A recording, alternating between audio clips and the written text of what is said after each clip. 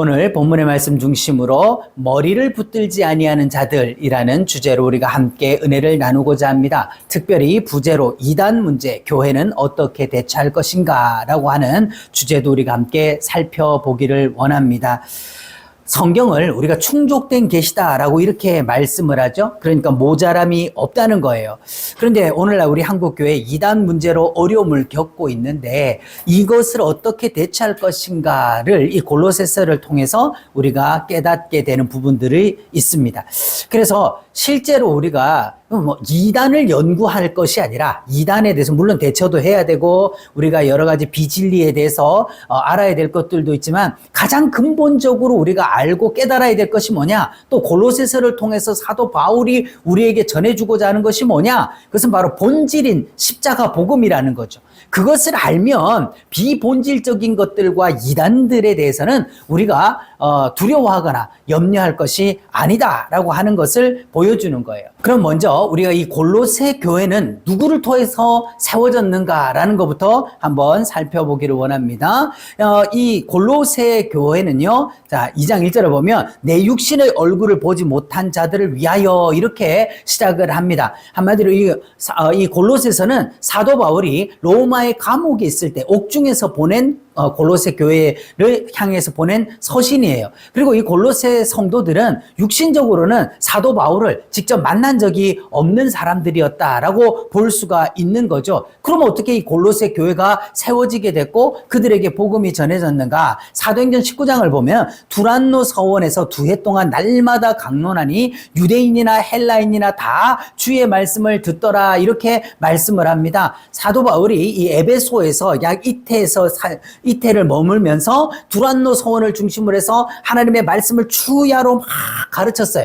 그때 유대인도 듣고 헬라인들도 들었는데 그 가운데 에바브로 디도라고 하는 사람이 이 복음을 받아들여 가지고 어디로 갔어요? 골로새로 가가지고 이 골로새 교회를 개척을 한 거죠. 그래서 골로새서 1장 7절을 보면 에바브로에게 너희가 배웠나니 너희를 위한 그리스도의 신실한 일꾼이다. 에바브라라고 하는 이 사람이 바로 그리스도의 신실한 일꾼이다라는 거예요. 에바브라가 이제 에베소에서 두란노 서원에서 사도 바울로부터 복음을 듣고 그가 자기 고향인 이 골로새로 가가지고 이제 교회를 세우게 된 거죠. 그러니까 우리가 이것을 뭐 족보로 본다면은 이 에바브라가 바울에게서 들었으니까 자녀고 그 다음에 이 골로새 교인들은 이제 손잡벌 정도 된다라고 할 수가 있겠어요. 그런데 이 옥중에 있던 바울에게 이 에바브라가 찾아옵니다. 그래서 찾아와가지고 뭐라고 그러냐? 야, 지금 골로새 교회에 다른 복음이 침투를 했습니다. 라고 이런 긴박한 상황을 전하게 된 거죠. 그래서 그 말을 들은 사도 바울이 1장 8절에서 성령 안에서 너희 사랑을 우리에게 알린 자라 에바브라가 이렇게 알려줬는데 그 골로새 소식도 이제 알려주게 된 거죠. 다른 복음이 침투했다 이러니까 이로써 우리도 듣던 날부터 너희를 위하여 뭐하기를 그치지 않았다? 기도하기를 그치지 아니하고 구하였다라고 말씀을 하고 있습니다. 그래서 감사도 있지만 다른 복음이 침투한 이 급박한 상황 가운데서 골로새 교인들을 위하여 가지고 복음을 변증해야 될 그런 필요가 생긴 거죠. 그럼 뭐라고 기도를 했느냐? 너희로 하여금 모든 신령한 지혜와 총명에 하나님의 뜻을 어떻게 해요? 아는 것으로 채우고, 자, 채워야 된다는 거예요. 그리고 하나님을 아는 것에 자라게 하기를 기도했다는 거예요. 채워지고 자라나기를 기도를 했다라고 하는 거죠. 그럼 오늘날 교회가 이단, 단순히 우리가 저 이단이다, 교회 바깥에 있는 어떤 이단들만이 아니라 교회 안에 있는 이 비진리에 대해서 미혹되는 원인이 무엇인가 라고 하는 거예요. 사도 바울은 이것을 통해서 우리 가운데 두 가지, 우리가 이단과 비진리에 미혹되어지는 이것이 두 가지 원인이 있다. 첫째는 뭐냐? 무지라는 거예요. 무지. 몰라서 그렇다라는 거죠. 그래서 호세아 선지자도 너희가 뭐가 없음으로 망하는도다? 내 백성이 지식이 없음으로 망하는도다 라고 말씀을 하는 거죠. 그래서 어떻게 해야 돼요? 무지한 것을 갖다 극복하려면 어떻게 됩니까? 복음에 대해서 너비와 깊이와 높이와 깊이를 알지 못해서 그런 거니까 하나님의 뜻을 아는 것으로 채우게 해달라라고 지금 사도 바울이 기도하는 것이죠. 그러니까 오늘날 성도들도요, 교회를 다니지만 성경에 대해서 뭐하다는 거예요? 무지하다는 거예요. 아니, 나 성경 1년에도 몇십 독씩 하는데요. 내가 얼마나 교회를 오래 다녔는데요. 어떻게 보면 목사님보다 내가 성경 더 잘할걸요? 이렇게 하는 사람들이 있어요. 근데 문자적으로 성경을 안다는 것과 우리가 거기에서 하나님께서 우리에게 주시고자 하시는 그 말씀의 능력과 힘과 구원의 은혜를 얻는 것은 또 다른 문제인 거예요. 그것을 모르고 있다는 거죠. 두 번째는 뭐예요? 공허하다는 겁니다. 모르니까 공허할 수밖에 없는 것이죠. 열심히 교회를 열심히 다니고 내가 예배 드리고 뭔가 교회에서 열심히 충성하고 봉사하는 것 같은데도 항상 내 신앙을 돌아보면 뭐예요? 텅 빈 깡통 같은 거예요. 속이 채워지질 않는 거예요. 그래서 사도 바울은 뭐라고 말합니까? 모든 신령한 지혜와 총명으로 너희가 자라야 된다. 교회만 다녀서 한마디로 우리가 영적으로 거듭나서 어린아이와 거듭나기만 해서 되는 것이 아니라 아이가 태어났으면 뭘 해야 돼요? 자라야죠. 성숙해야죠. 그렇게 해야 되는데 이 성도 오늘날 교회가 이 성도들의 무지를 깨우쳐주지 못하고 성도들의 심령의 공허함들을 말씀으로 채워주지 못하니까 어디에 끌려가더라는 겁니까? 이단에 이런 사이비에 또 혹은 비진리에 귀를 기울이게 된다라고 하는 거죠. 근데 이 에베소서와 골로새서는 사도 바울이 로마 옥중에 있을 때 마지막 썼던 옥중 서신입니다. 두 개 동시에 기록이 됐어요. 두기고 편에다가 전달을 했죠. 그러니까 우리가 골로새서와 에베소서를 같이 놓고 우리가 이렇게 볼 필요가 있어요. 에베소서 3장 18절 19절에 능히 모든 성도와 함께 지식에 넘치는 그리스도의 사랑을 알고 이렇게 기도를 합니다. 사도 바울은요, 지금 뭐 너희들에게 은사가 있어야 된다, 능력이 있어야 된다, 돈이 있어야 된다, 그걸 얘기하는 게 아니라 뭐를 알기를 원한다는 겁니까? 그리스도의 사랑을 알기를 원한다. 이 사랑이 어떠한가? 이걸 알기를 원한다라고 하는 것이죠. 근데 그것을 어떻게 해요? 그 너비와 길이와 높이와 깊이가 어떠함을 깨달아 알기를 원해서 이걸 알면 어떻게 해요? 하나님의 모든 충만하신 것으로 너에게 충만하게 하시기를 구한다. 자, 두 가지인 거죠. 하나님의 사랑을, 그리스도의 사랑을 알고 그것이 어떻게 해요? 충만하게 되기를 간구한다라고 하는 것입니다. 그런데 오늘날 어떡합니까? 모르니까 우리가 무지하게 되고 충만하지 못하니까 공허하게 되는 거죠.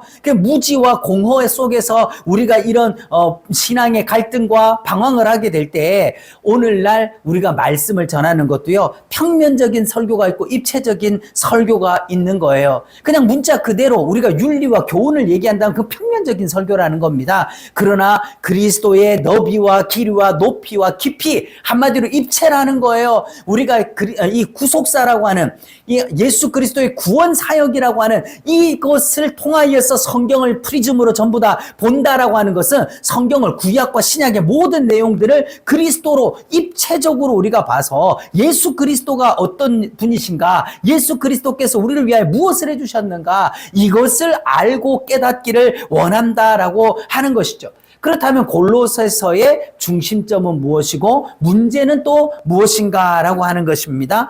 보면 골로새서 1장 18절에 그는 몸인 교회의 뭐다? 머리시다라고.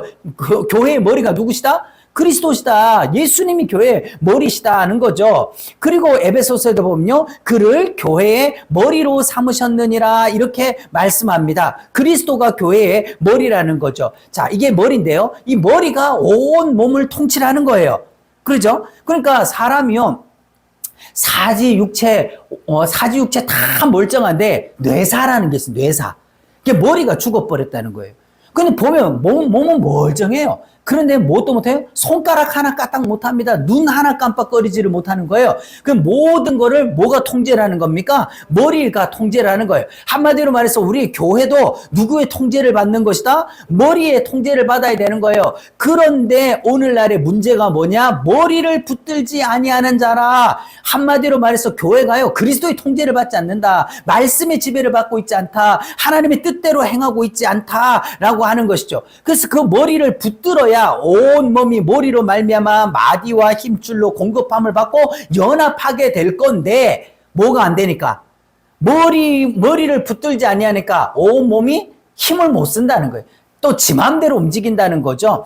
그렇다면 이단은 뭐냐? 이단들은요, 꼬리를 붙들고 과장하는 자들이라는 거예요. 한마디로 말해서 본질은 내버리고 다 지극히 적은 어떤 편협한 한두 가지, 그것을 가지고 성경 전체를 확대 해석하고 과장해가지고는 마치 자기들이 알고 있는 그 편협한 것이 마치 성경이 감추어진 비밀인 것처럼, 엄청난 진리인 것처럼 해서 온 몸통을 다 흔들고 있다는 거죠. 예를 들어서 할례를 받아야 구원을 받는다라고 하는 사람들이 있죠. 그러니까 할례 받지 않은 너희들은 구원을 못 얻는다, 이런 사람들이 있어요. 그러면 그것은 머리를 붙드는 것입니까? 붙들지 않는 것입니까? 그건 붙들지 않는 거죠. 그리고 안식교라는 데가 있어요. 그죠? 그 안식교는 지금도 토요일을 안식일이라고 지키고 있습니다. 그리고 토요일 안식일을 지키지 않는 교회를 향해서 전 마귀 자식들이다, 전 마귀당이다, 진리를 버렸다, 그래서 거기에는 구원이 없다, 이렇게 말을 해요. 그게 머리를 붙드는 것입니까? 붙들지 않는 것입니까? 그게 머리를 붙들지 않는 거죠. 이단만 그런 게 아니라는 거예요. 예수님 당시, 그 초대교회 당시에도 예루살렘 교회에도 있었죠. 초대교회도 다 그랬죠. 그래서 할례당들이 있었죠. 너희가 그리스도로 구원을 받는다, 그런데 그것만 갖고 안 된다, 할례도 받아야 된다, 율법도 지켜야 된다, 이렇게 이야기하는 사람도 있었다는 거예요. 그러니까 오늘날 교회 안에도요, 설교자 중에도요, 머리를 붙들고 있지 않는 사람들이 참 많이 있다는 거예요. 그리스도 중심으로 가지 아니하고 복음 중심으로 가지 않는 데가 너무 많다는 거죠. 그러면 문제에 대한 해답이죠. 어떻게 하는 것이 머리를 붙드는 것인가? 예, 우리 뭐 열심히 하고 있는데, 오늘 우리 예배 나왔는데, 우리 기도하고 있는데, 헌금하고 전도하고 선교하고 있는데, 그럼 우리가 뭐 어떻게 한다는 것이냐? 뭐가 머리를 붙드는 거죠? 자, 골로새 1장 15절에 그가 누굽니까? 예수 그리스도는 보이지 아니하는 하나님의 형상이다. 하나님 원래 볼 수가 없어요. 그죠? 하나님 보이지 않는데 임마누엘하에서 우리 가운데 나타나셨다는 것이죠. 그리고 그 아들 안에서 그래요. 주는 그리스도시요 살아계신 하나님의 아들이십니다 라고 말하는, 그래서 곧 예수님은 누구시다? 하나님이시다는 거죠. 그리고 세 번째로요, 만물이 그에게서 창조됐다라는 거예요. 자, 만물이 그에게서 창조됐다, 이 말을 다르게 이야기하면요, 자, 뭐예요? 만물이 그를 위하여서 창조된 거예요. 예수님 증거하려고. 이 천지 창조도 우리가 첫째 날에 뭐 만들고, 둘째 날에 뭐 만들고, 셋째 날에 뭐, 그게 중요한 게 아니라 뭘 보여주기 위한 겁니까? 그리스도를 드러내기 위해서 다 기록되어진 것이다 라는 거죠. 그러니까 만물이 다 그로 말미암고 그를 위하여 창조되었다라고 하는 거예요. 예를 들어서요, 창세기에서 땅이 혼돈하고 공허하고 흑암이 깊음 위에 있다라고 하는 그때 하나님이 빛이 있어라 라고 말씀을 하셨죠. 이것을 통해서요, 우리 심령이 혼돈하고 공허하며 흑암이 꽉 차 있어요. 지금 우리가 그런 상황이라는 겁니다. 왜? 우리가 진리의 말씀을 모르니까 무지하죠. 그 다음에 그 무지하니까 어떻게 우리 속에 우리가 공허해져 있어서 막 엉뚱한 것들이 들어오고 있는 상황이에요. 근데 그때 빛이 있으라 하신 그 복음의 빛을 비춰 주신 거죠. 그러니까 만물을 통해서도요, 그리스도를 증거하고 있다는 이 놀라운 말씀. 그러니까 우리가 믿는 예수님이 누구신가? 우리가 믿는 예수님 누구예요? 이걸 꽉 붙들고 있는 거. 자, 예수님은 하나님이시다. 그리고 그분 뭐다? 창조주이시다. 그래서 우리가 믿는 예수님이 누구신가? 이 창조주이시다라고 하는 걸 확고하게 붙들고 있는 거. 이게 첫 번째로 머리를 붙드는 것이다 라고 하는 거예요. 그러니까 쉽게 생각하면 이런 거예요. 이단의 교주들이, 살아있는 자나 죽은 자나, 그 이단의 교주들이 자기가 하나님이래. 자기가 하나님이래. 그 자기가 천지 만물을 만들 수 있어요? 자기가 뭐 이미 죽어붙는데 영생하지도 못하는 것들이 막 그래요. 자, 얼마 전에 이제 뭐 며칠 전에 이만희가 그 재판 받는다고 또 경찰에 불려갔죠. 검찰에. 95세. 자기 몸 하나도 제대로 못 가눠가지고 이제 집행이 이렇게 짚고, 물론 뭐 다 그 재판장이 오면 전부 다 환자들이 전부 다. 뭐 그런데 빌빌거리면서 들어와요. 이제 곧 죽을 거야. 암만 뭐라 그래도 곧 죽을 건데. 그게 무슨 메시아냐고. 그러잖아요. 그런데도 이만희 죽는다고 그럼 끝나느냐? 아니라는 거죠. 12명의 이만희가 생기는 거 또.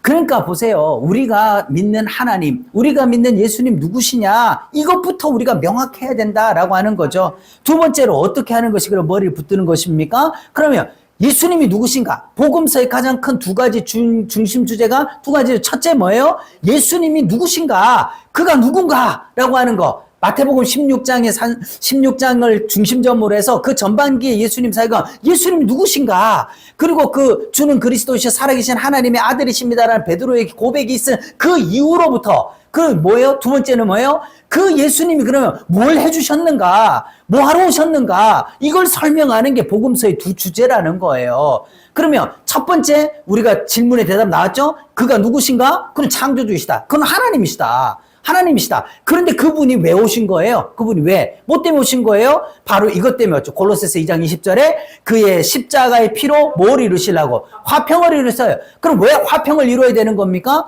하나님과 우리 사이가 뭐 때문에?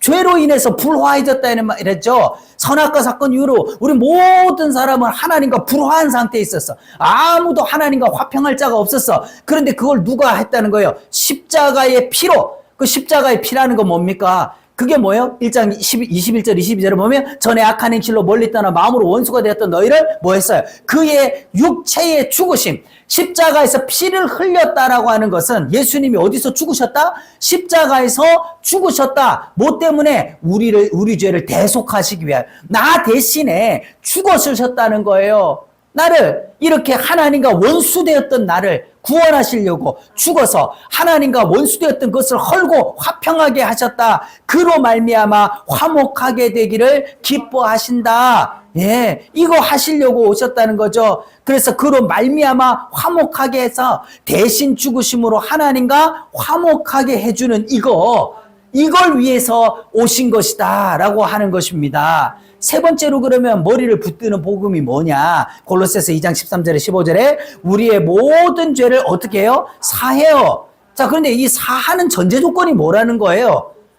그가 피를 흘리지 아니하면 피 흘림이 없이는 사함이 없다. 예수님의 십자가의 대속적 죽음이 없이는 그 피만이 오직 우리의 모든 죄를 사하시는 하나님의 능력이다. 이거 붙들어야 되는 거예요. 근데 여기에 무슨 수단 방법과 다른 교리를 갖다 붙인다고 되는 게 아니라 이 말이죠. 근데 이것 자체에 우리가 명확하지 않으니까 자꾸 엉뚱한 걸 찾아요. 뿐만 아니라 우리를 거스르고 불리하게 하는 법조문으로 쓴 증서를 어떻게 해요? 지워버리시고 제해버리시고 십자가에 못 박아버리셨다. 자, 증서, 노비 문서와도 같은 그것을 갖다가 찢어버렸다는 거예요. 찢어버리고 그것을 또 제하여 버리시고 그리고 지우개로 지우듯이 깔끔하게 지워버리고 그 모든 것을 없이 하는데 그 어디에서 이루시는 거예요? 십자가에 못 박으심으로 우리의 의문에 쓴 증서, 노비 문서, 죄의 문서를 십자가에 자신의 육체로 못 박음으로써 우리를 구원하셨다. 그래서 통치자들과 권세자들을 십자가로 그들을 이기셨느니라 하는 거죠. 그래서 우리 죄에 대한 청산과 승리를 성경 전체에서 가장 통쾌하게 묘사하고 있는 장면이 바로 이 장면이다라고 볼 수 있어요. 우리의 모든 죄를 사하시고 지워버리고 제하여버리고 못 박아버리고 십자가로 이기셨다라고 할 때 할렐루야, 이거면 됐지. 우리가 무엇이 더 필요하냐는 거예요. 뭐가 더 모자라서 자꾸 거기에다 보태야 되냐라고 하는 것이죠. 보탠들, 여러분, 그것을 보탠들, 우리가 뭐 할 수 있는 능력이 있습니까? 그것이 우리의 죄악에 뭐를 갚아줄 수 있는 자원이 되는 것입니까? 없다는 거예요. 사하시고, 지우시고, 제하시고, 못 박으시고, 승리하셨다. 결국은 뭐예요? 뭐를 붙잡으라는 거예요? 예수님의 십자가 복음을 붙들어야 그게 머리를 붙드는 것이다. 나머지 것들은 비본질이라는 거예요. 그래서 그리스도가 교회의 머리요, 우리가 그런 몸의 지체라면 그리스도인들은 어떤 사람들인가? 자, 이걸 모르는 게 무지와 공허라는 거죠. 자, 첫 번째 뭐예요? 그 안에는 신성의 모든 충만이 육체로 거하시고 말씀하십니다. 주님은 충만하시대요. 이게 뭐가? 은혜와 진리가 충만하신 거죠. 모든 신령한 것, 신성이 충만하대요. 그런데 너희도 그 안에서 충만하여 졌다라고 말씀을 합니다. 지금 골로새 성도들은요, 바울의 얼굴도 못 본 사람들이었어요. 그런데 그 골로새 성도들을 향해서 너희도 그리스도 안에서 충만하여졌다라고 말씀을 합니다. 너희는 빈 깡통이 아니다. 그러면 바울은 이 충만을 어디에 근거해서 증거를 하고 있느냐는 것입니다. 어디에다 근거를 하는 것이죠? 자, 우리가 모세오경을 보면요. 아론의 그리고 대제사장을 세울 때 그 머리에다가 뭐를 부어요? 기름을 부어서 그를 구별을 하는 것이죠. 근데 이 머리에 있는 보배로운 기름, 이 기름을 이렇게 부으면은 어떻게 해요? 이게 머리만 이렇게 적셔지는 것이 아니라 그 기름이 어디까지 흘러내리게 옷깃을 적시고 아론의 수염을 통해 옷깃까지 흘러내리도록 쭉 머리를 붓는 거예요.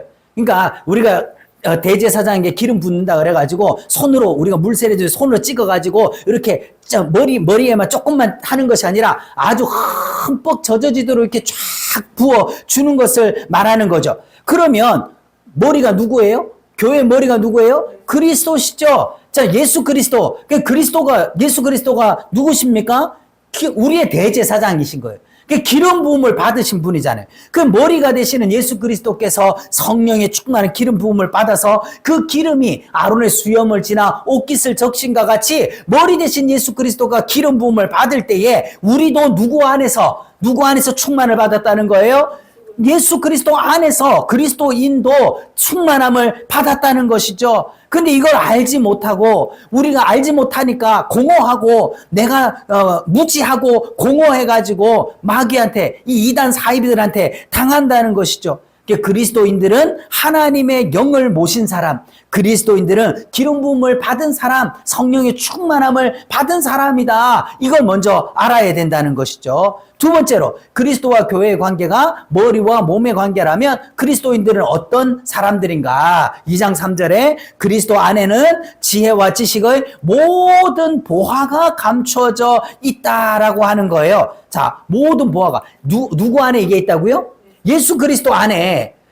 근데 오늘날의 가장 큰 문제가 뭐냐면 그리스도 밖에서 자꾸 뭘 찾으려고 한다는 거예요.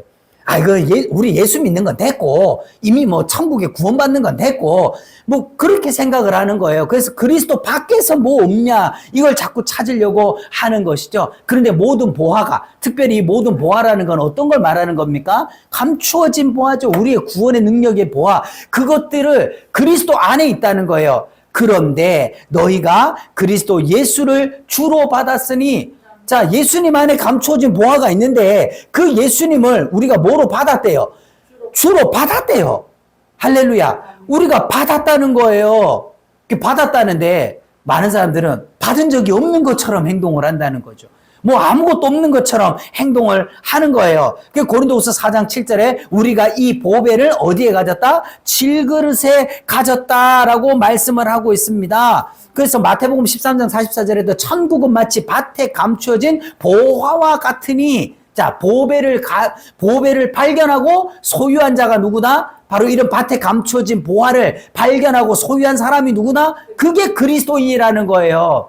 자, 그럼 신앙생활에 우리가 가장 큰 기쁨이 뭐냐? 가장 큰 즐거움이 뭐냐? 예수 믿었더니 말이야. 내가 복 받아가지고 땅에서 막 지난주에 기도하고 아파트 한 채 샀는데 막 그게 얼마가 올랐다. 이게 아니라 뭐를 발견할 때? 진짜 진리를 발견할 때. 진짜 우리의 구원을 주시는 하나님의 복음의 능력을 발견할 때요. 이건 정말 세상이 줄 수 없는 엄청난 기쁨과 은혜가 넘치게 되는 것이죠. 이 밭에 감춰진 보화를 소유하고 있으니까 여러분, 이단들이 왜 예수 믿는 사람들만 그렇게 집요하게 따라다니면서 그들 뺏어가려고 그럴까요? 왜 그럴까요? 우리 속에 이게 있으니까. 우리가 알든 모르든 우리가 그리스도를 주로 받았을 때 그 안에 모든 보화가 있고 그 그리스도가 내 주님이 될 때 우리 속에 감춰진 이 보화를 훔쳐가려고 그러는 거 아니겠어요? 자, 세 번째로 그리스도와 교회의 관계가 머리와 몸의 관계라면 그리스도인들은 어떤 사람인가? 골로새서 2장 2절에 하나님의 비밀인 그리스도를 깨닫게 하려 합니다. 자, 하나님의 비밀이래요.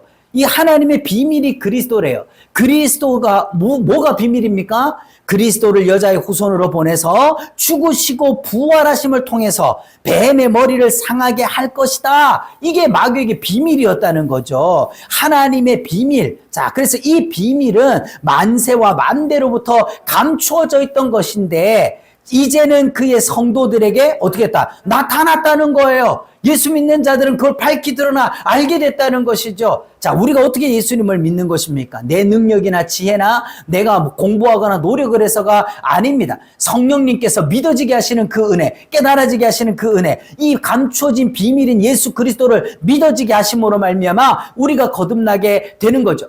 1장 27절에도 이 비밀은 너희 안에 계신 그리스도시니 곧 영광의 소망이니라 그래요.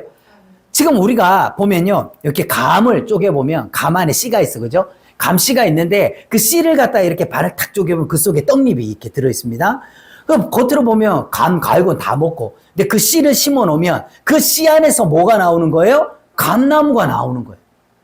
아니, 어떻게 그 씨 안에 감나무가 들어있다 이 말이에요. 그렇잖아. 이게 어떻게 설명이 되겠어요, 이게.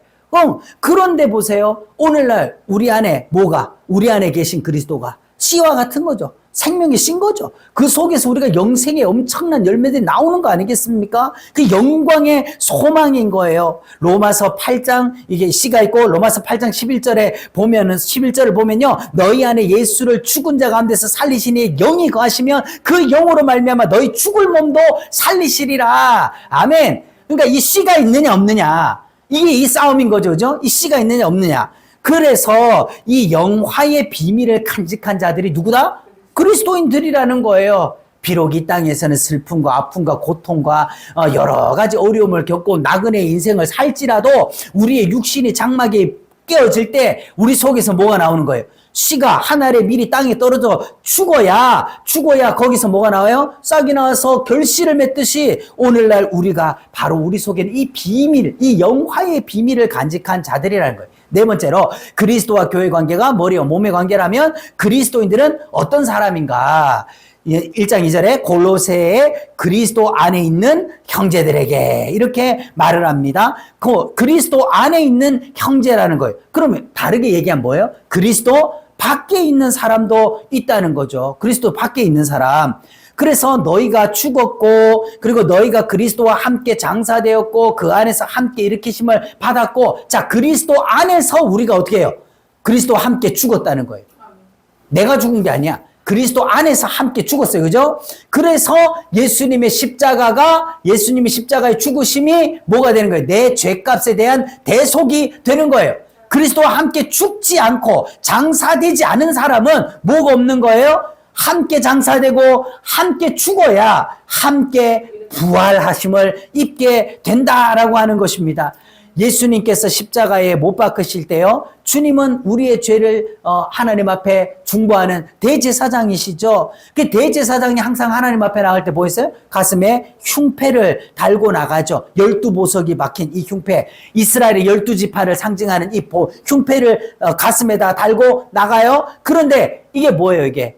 이 12보석이라는 게 이스라엘 12지파만 얘기하는 겁니까? 온 인류죠. 온 인류를 마음에다 품고 예수님이 십자가에서 죽으셨다라고 말씀하는 거예요. 로마서 6장 4절에 8절에 우리의 옛사람이 함께 십자가에 못 박히고 함께 죽었으면 말씀을 합니다. 그리고 함께 장사되고 함께 살 줄을 믿는다. 이 말이 뭐예요? 이제 옛사람은 십자가에서 죽었고 나는 그리스도 안에서 새로운 피조물이 되었다라고 하는 거. 이 내가 그리스도와 연합하여 함께 죽고 그리스도로 말미암아 장사 지내고 그리고 그리스도로 말미암아 함께 살게 된다라고 하는 이 구원의 복음, 내가 새로운 피조물이 됐다라고 하는 이 구원의 복음, 이걸 알 만큼만 안다면 우리가 이단에 넘어가겠냐는 거예요.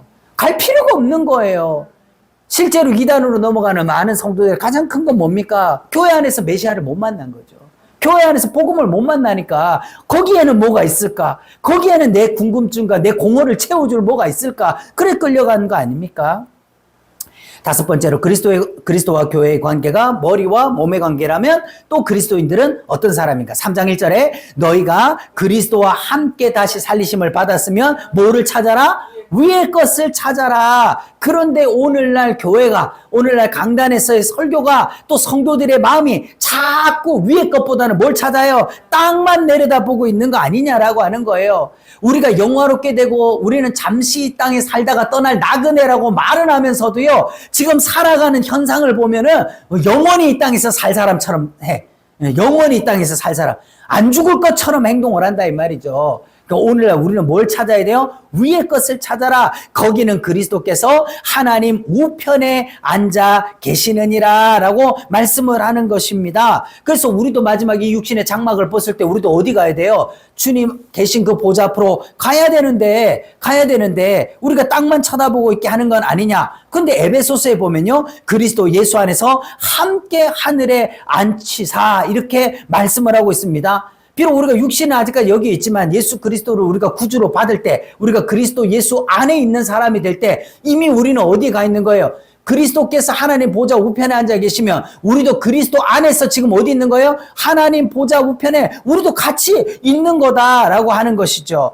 그래서 골로새 3장 3절에 너희 생명이 그리스도와 함께 하나님 안에 감추어진 자이다. 자, 우리가 그리스도와 함께 하나님 안에서 감추어져 있는 사람이다 라고 하는 거예요. 그래서 이것이 언제 완성됩니까? 그리스도께서 나타나실 때에 너희도 그와 함께 영광 중에 나타나리라. 주님 재림의 때에 이 육신 장막 벗을 때 우리가 이 영화로움을 통하여서 하나님 보좌 앞으로 들림받아 올라가게 되는 그때, 이때를 우리가 소망하고 기대하고 기다리는 것이죠.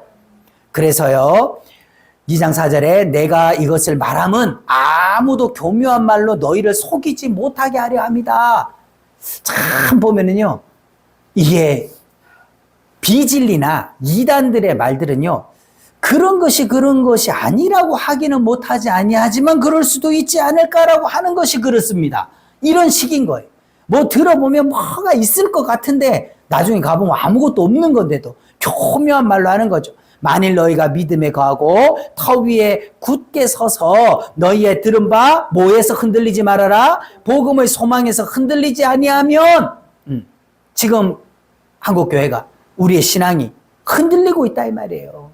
지금 골로새 교회 성도들만 흔들리는 게 아니라 오늘 우리의 신앙도 흔들리고 있다는 거죠. 왜? 기초가 튼튼하지 못하니까. 말씀의 뿌리가 얕으니까 흔들리고 있다는 거예요. 그래서 그 안에 뭐예요? 그리스도 안에, 복음 안에, 십자가 말씀, 복음 안에, 우리 구원의 진리의 말씀 안에 이 뿌리를 박으며 세움을 받고 교훈을 받은 대로 믿음에 굳게 서서 감사함을 넘치게 하라라고 말씀을 하는 거예요. 지금 사도 바울이 이 골로새서를 기록한 이유가 뭐냐? 아무도 교묘한 말로 너희를 속이지 못하게 하기 위해서 내가 지금 복음을 변증하고 있는 것이다. 이건 그러면 골로새 교회 성도들에게만 하는 것이 아니라 오늘날 우리에게도 동일하게 주어지고 있는 거죠. 그래서 이단을 물리치는 방패가 뭐냐? 거짓 교사들의 교묘한 말과 속임수에 요동하지 않는 것은요, 영적인 무지와 공허에서부터 벗어나야 되는 거예요. 그 영적인 무지가 뭐예요? 영적인 무지를 해결하는 건 진리의 말씀, 곧 구원의 복음을 듣고 우리가 거기에 서는 거죠. 공허함은 뭡니까? 영적 충만함, 내 안에 보화와 생명이 감추어져 있는 그리스도로 충만함을 입는 거, 이걸 통해서 우리가 이겨나가야 된다는 거예요. 에베소서 4장 1절과 4장 14절에 어린아이가 되지 아니하며 사람의 속임수와 간사한 유혹에 빠져 온갖 교훈의 풍조에 밀려 요동하지 않게 하려고 하는 거다. 어린아이니까 이게 유혹을 받는다는 거죠. 오늘날 우리가 뭐예요? 그리스도로 말미암아 거듭났어도 아직 뭐 한 겁니까? 성도들이 신앙의 연륜이 30년, 40년 그게 아니라 우리가 말씀 안에서, 믿음 안에서 성숙한 자가 돼야 된다. 자라나야 된다는 거죠. 그럼 누가 자라게 해야 되는 겁니까? 뭘로 자라게 하는 것입니까? 우리가 그를 전파하여 각 사람을 권하고 각 사람을 가르치면 각 사람을 그리스도 안에서 완전한 자로 세우려 함이니 각 사람 여러분, 우리의 구원과 성숙이라는 건 도매급으로 되는 게 아닙니다. 내가 어느 유명한 교회 다닌다고 해서 내 신앙이 그만큼 수준이 됐다라고 하는 것이 아닙니다. 우리 교회 목사님이 이런 분이다. 그래서 그거에 따라서 내가 이만큼 될 거다. 그런 게 아닙니다. 이 뭐예요? 각 사람. 우리 한 사람 한 사람이 그리스도 안에서 완전한 자로 세움을 받는 것, 그리고 그것을 세우는 것. 그게 바로 우리가 목회고 성도들의 신앙생활인 거죠. 그럼 어떻게 해야 자라나느냐는 거. 어떻게 해야 자라나는 거죠? 히브리서 5장 14절에 단단한 음식은 장성한 자의 것이다. 쉽게 말해서 뭐예요? 단단한 음식, 즉 십자가의 도, 딱딱한 거 먹을 수 있어야 된다는 거예요. 근데 오늘날 우리의 설교가, 오늘 우리 교회에서 가르치는 것들이 다 인본주의적이고 기복주의적이고, 그 다음에 사람들 입맛에 맞춰서 심리학, 교양, 철학 이런 것들로 부드러운 것만, 젖만 자꾸 먹이려고 하고 있는 게 아니라, 또 성도들도 그런 것만 요구하고 있는 것이 아닌가? 아니요. 단단한 음식, 십자가 복음을 듣고 배우고 먹어야 된다는 거죠. 이를 위하여 나도 힘을 다하여 수고하노라. 사도 바울이 이걸 위하여서 지금 복음을 전하고 기도한다는 거예요. 근데 사도 바울만 하는 게 아니라 내 속에서 능력으로 역사하시는 이 역사를 따라서, 한마디로 누가 같이 하시는 거예요? 성령님께서 힘을 공급하여 줘서 바울이 성령님과 동력해서 이 일을 하고 있다는 것이죠. 오늘 우리도 마찬가지입니다. 우리도 내가 성숙하고 자라나는 것도 내 힘으로 되는 거 아니에요. 말씀을 내가 깨닫는 것도 내 힘으로 되는 거 아니에요. 내 안에 계신 능력으로 역사하시는 이 역사가 함께 할 때 우리가 깨달아지잖아요. 그래서 성령의 충만을 받으라라고 하는 이유가 거기 있는 거예요. 그러면 우리가 머리를 붙들지 않는 것들이 뭐냐? 네, 오늘날에 이 교회 안에서요. 첫째 골로새 2장 8절 철학적인 설교들, 참 철학적인 인문학적인 거예요. 이거 고상해 보이죠. 그런데 아무것도 아니. 본문에도 보면 먹고 마시는 문제, 절기나 초하루 문제, 안식일의 문제, 의식의 문제죠. 의식의 문제. 그래서 하나님의 교회 이런 데서는 우리 유월절 지킨다, 초막절 지킨다, 이렇게 얘기를 하잖아요. 그 머리를 붙드는 게 아니라 이 말이에요. 머리를 붙드는 게 아니에요. 또 천사 숭배, 중보자에 대한 문제인 거죠. 예수 그리스도께서 우리의 유일한 중보자인데 이단이나 사입이나 다른 종교들은 뭐라 말합니까? 예수님 외에 다른 중보자들이 있는 거예요. 예수님의 십자가만이 우리를 구원할 유일한 능력인데 천사가 또 중보를 해야 되냐? 자, 그래서 천주교는 뭐예요? 마리아 중보기도가 있어요. 마리아가 중간에서 또 해줘야 돼.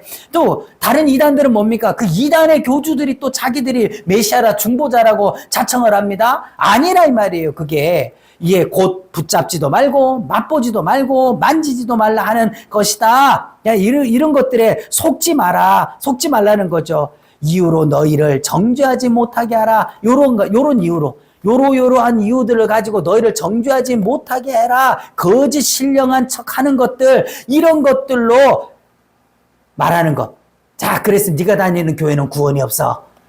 너희 교회 목사가 가르치는 거 거짓말이야. 우리한테 와야 돼. 하나님의 교회 와야 돼. 신천지 와야 돼. 저 여호와 증인으로 와야 돼.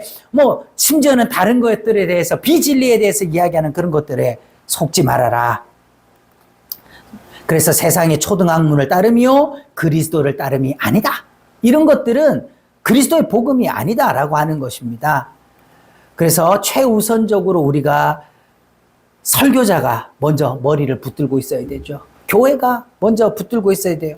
십자가 같이 읽어봅시다. 십자가의 도를 옆으로 밀어놓고 철학, 인문학, 자기개발과 같은 세상 초등학문으로 우리가 이것을 성도들을 자꾸 설득하려고 한다면 이게 뭐예요? 이게 머리를 붙드는 것입니까? 아니라는 것이죠.